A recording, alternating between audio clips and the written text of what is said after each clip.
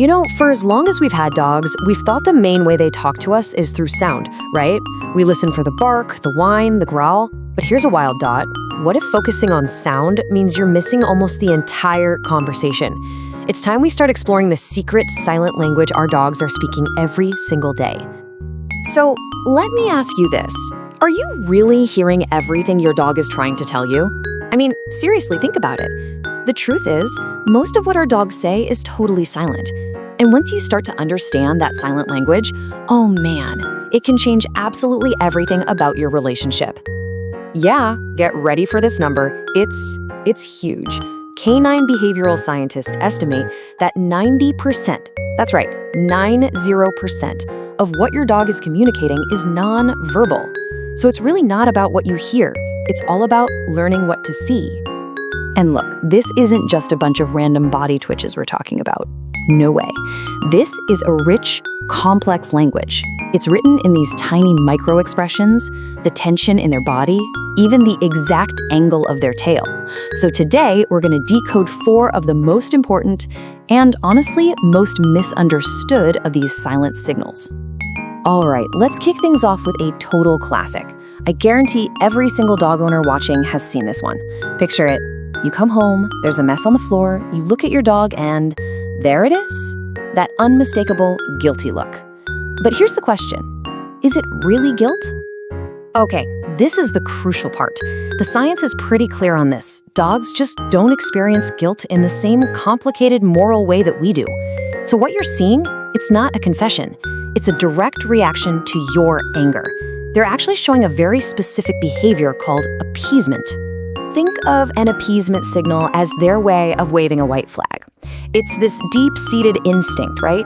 It comes from pack dynamics, where a lower-ranking animal has to show the leader, hey, I'm not a threat.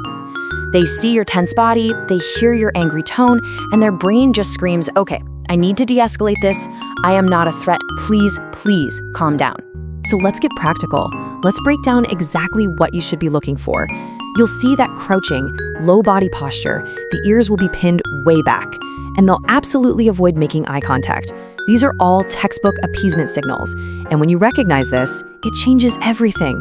Because now you can address the real issue, like maybe boredom or anxiety, instead of just punishing a dog who's scared. Okay, moving on to our second signal. And this one is maybe the most dangerously misunderstood of them all, the tail wag. We've all been taught our whole lives, right? A wagging tail means a happy dog, but that is not the whole story, not even close. And this right here is a total game changer. A wagging tail just means one thing. The dog is emotionally aroused. That's it. Now, that arousal could be happy excitement, for sure, but it could just as easily be anxiety or fear or even a big warning sign right before a bite. So the secret isn't that it's wagging, it's how it's wagging. The quality of the wag is everything. A friendly wag, that's loose, it's broad, the whole body gets into it, kind of like a helicopter motion. But an anxious or threatening wag, that's stiff, it's rapid, it moves in this tight, controlled little arc. And knowing that difference, it could literally prevent a bite. Okay, now we're gonna get into the really subtle stuff. I'm talking about the quiet whispers your dog uses every single day just to ask for a little space. These things happen in the blink of an eye, and I'd bet most of us miss them completely. So the experts, ethologists, they call these calming signals. And really, they're just your dog's polite way of saying, hey, I'm a little uncomfortable with this right now. It's their attempt to just bring the tension down and avoid any kind of conflict before it even begins. And what's fascinating is they often happen in a sequence. The first whisper is that super subtle lip lick, just a quick flick of the tongue. Now, if that gets ignored, like when a stranger keeps petting them, they'll turn up the volume to a more obvious head turn away. This is not them being rude, it's a crystal clear request for space. And when you honor that, man, you build some incredible trust. All right, our final signal, let's talk about the yawn. And I'll tell you right now, it probably doesn't mean what you think it means. We see it all the time, but so often it has absolutely nothing to do with being sleepy. It's actually a really fascinating psychological tool. So when you see a dog yawn in a tense situation, that's what we call a displacement behavior. The best way to think of it is like a pressure release valve, or maybe an emotional reset button. They're literally trying to yawn away the stress they're feeling. So, what is a displacement behavior? It's basically any action that seems kind of random or out of place for the situation. You know, how we humans might nervously scratch our heads or start fidgeting when we're anxious. It's the same idea. For a dog, a big yawn does the same job. It's a physical way for them to try and calm their own nervous system down. So, where should you be watching for this?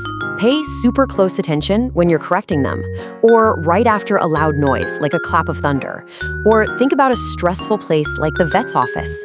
If you see frequent yawning in one of these situations, that is a massive clue that your dog is feeling overwhelmed. So, when you boil it all down, truly understanding your dog isn't really about training your ears to figure out what a bark means. It's all about training your eyes to see this whole other language that's been happening right in front of you. And that's why this matters so much. When you can actually see that your dog is asking for space or that they're feeling anxious, you can respond in a totally different way, with compassion, with support. And that's how you go from just being their owner to being their true, trusted partner. All right, so here's your mission should you choose to accept it.